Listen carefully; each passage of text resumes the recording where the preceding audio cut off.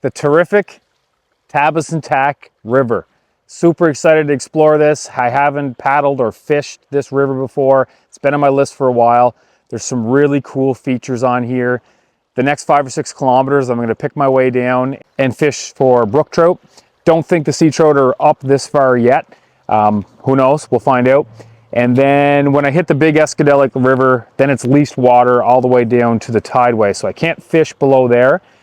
And just around a couple bends is about a 100-acre Class 1 protected nature area. And these are really special here in New Brunswick because these are plots of land where they've protected. There's no development, no logging. They're really trying to keep these chunks of land in their pristine form. So that's pretty cool. We're also in very prime nesting areas for blue herons, osprey, so I'll be on the lookout for them. Who knows, maybe see a moose. And then I'll work my way down from the big Escadelic. The goal today is to get to Trout Brook. So that is the head of tide, and it's the end of the least water section. So I can fish from there below. I did talk to a local recently, and they are catching some trout down there. So there could be some sea trout staging down there. So that'd be awesome to get into a couple of those. Camp out there, and then tomorrow morning, before the rain gets too heavy, make it right to, the goal is Wishart Point, where the Tabusintac River ends and officially opens up into the Tabusintac Bay and then into the Strait. So it's going to be a good couple days. Follow along. It's going to be a great adventure.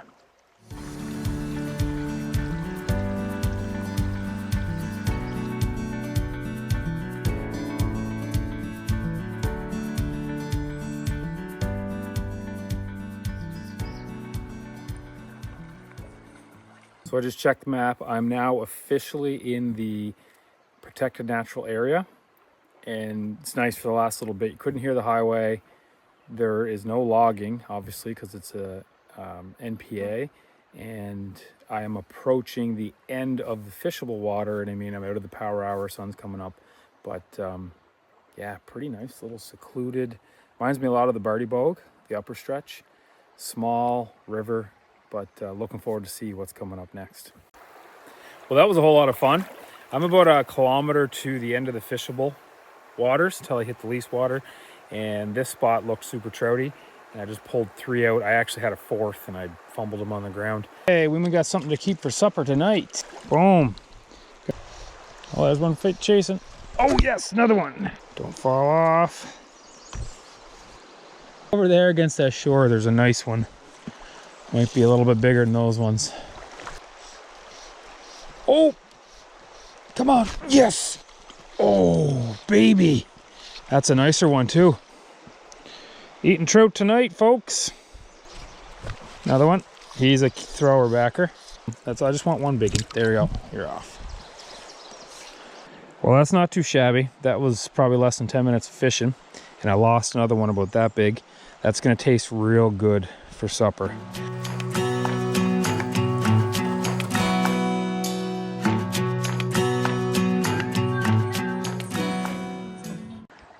Okay, so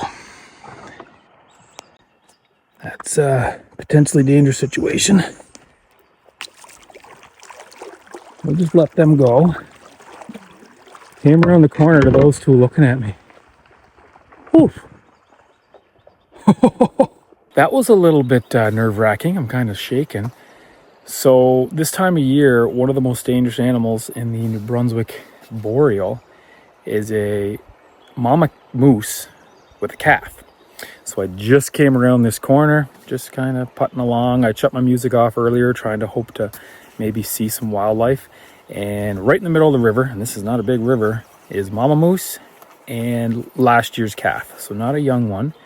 But a friend of mine got charged by a mama moose just a couple weeks ago up in the Nipisquit. So, and Dad had actually warned me before. He said, yeah, female moose this time of year can be dangerous. So anywho, they didn't really want anything to do with me, but I'm going to give them a couple minutes because they probably are trying to cross, but give them a little bit of breathing room, and then I'm going to sneak around and yeah, hopefully no close encounters any closer than I just had. So the water's quite low. Without a pole, this would be an arduous job, even rolling, even going solo. I'm scraping all the time. I can paddle intermittently, but without the pole, it would be, I probably wouldn't get to, for sure I wouldn't get to Trout Brook today, and it would be a long, hard day. Tandem, I don't even think it's possible right now. So like most of our rivers here in the Miramichi, drainage, once the summer comes and the rivers drop, they are hard to navigate. But having a pole opens up your season. You can pole with 6 inches of water, and it allows you to push over those spots where you would drag or have to get out. And if for whatever reason you need to go back upstream, poling is a really efficient way to do that. In medium to low water, you can really putt your way back up if you forgot something, if you want to go back up and fish that hole, or you just need to travel back upriver for whatever reason.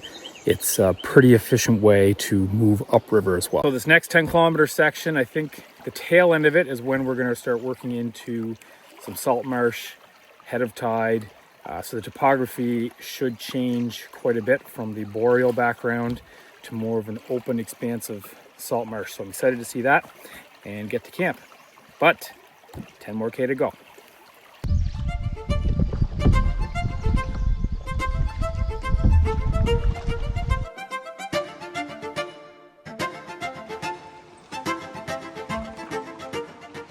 So just saw 3 juvenile eagles, which was super cool.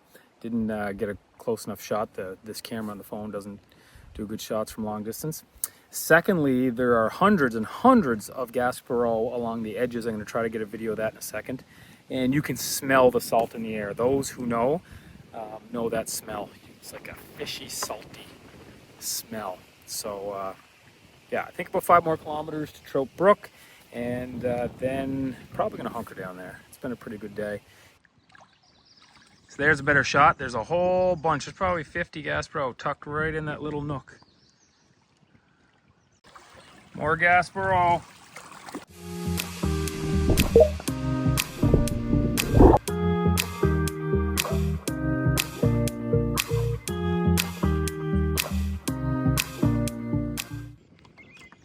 So that is the mouth of Trout Brook.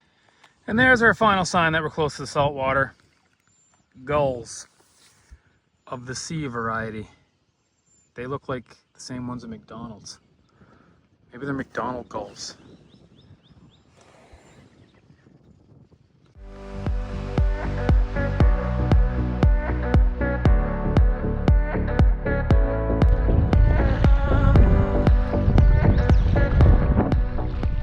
Okay, so I made it to where I wanted to take out. However, the ground is low and really swampy, so I think I'm going to have to go up a bit and hike up the ridge and see if I can't get some high flat ground, high dry ground. There's an island in front of me here, but pretty swampy, and I don't know how much of it goes underwater in the tide. So that's the joys of not knowing where you're going to camp.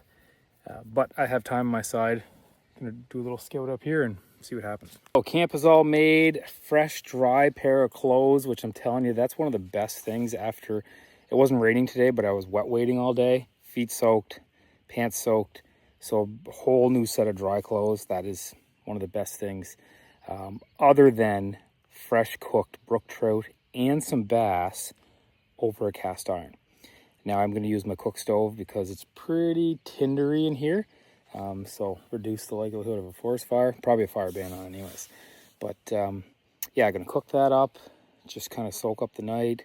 Let the bugs get a good feed. And yeah. For tomorrow, the plan, I think I have about 18 kilometers to get to the end of the North Wishart Road.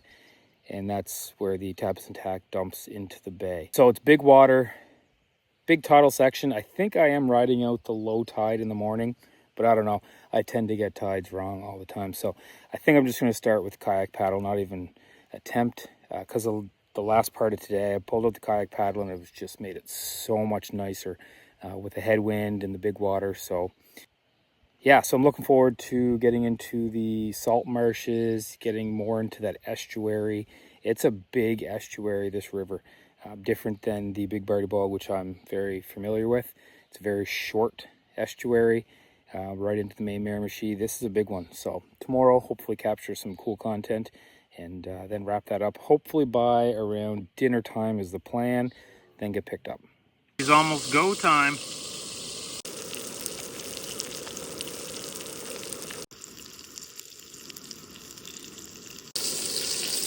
Round 2, bass.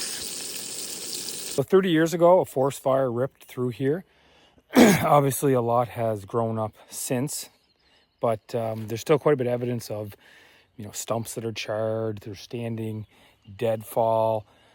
Quite a bit of evidence, even 30 years later, of the fire that ravaged through this area.